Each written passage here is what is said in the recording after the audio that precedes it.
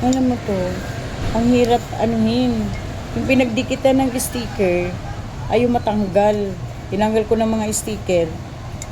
Natanggal nga ng sticker, pero yung lagkit noon, ayaw matanggal kahit ni-steel wool ko na, tinikit ko na rito, ay tinanggal ko na, sinabon ko na ng sinabon, ayaw pa rin. Alam mo ba ang ano lang?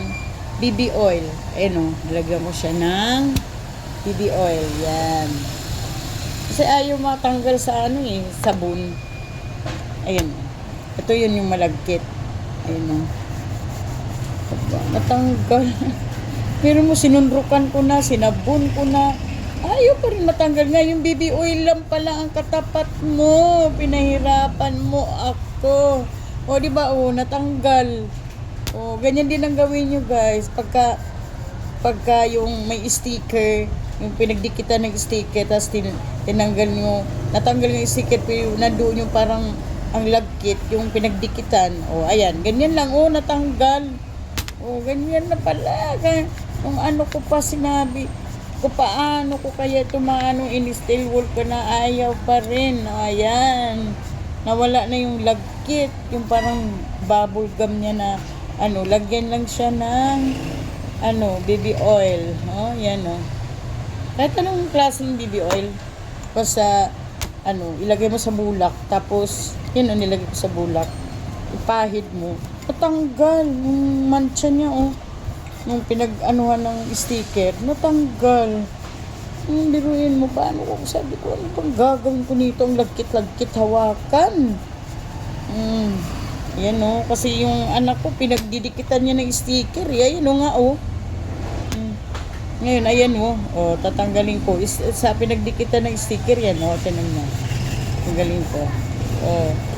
Natanggal mga friends. Ayan magic, natanggal. Yan yung niya. Natanggal. Yan. Wala na. Kahapon pa to kinunsumi. Sabi ng asawa ko, lagyan daw ng BB oil yung bulak. Diba, luminis. Nawala na yung lagkit. Luminis siya. Sayang kasi mahal pa naman ang bili ko nito. Tapos ginawang dinikit-dikitan lang ng anak ko ng sticker. Nagtatanggal ko nga. Yan, natanggal na. Magic na magic.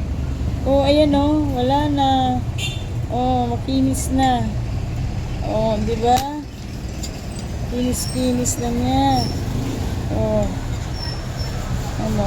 Ganyan ang gawin nyo. Yung pinagdikitan ng sticker, tapos tinanggal yung sticker, ayaw matanggal yung kanyang parang bubble gum o malagkit na mantika or BB oil lang pala ang katapat. Kahit mantika nga mo siya natanggal.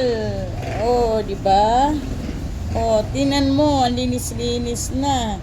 Tsaka mo hugasan doon para matanggal yung mantika.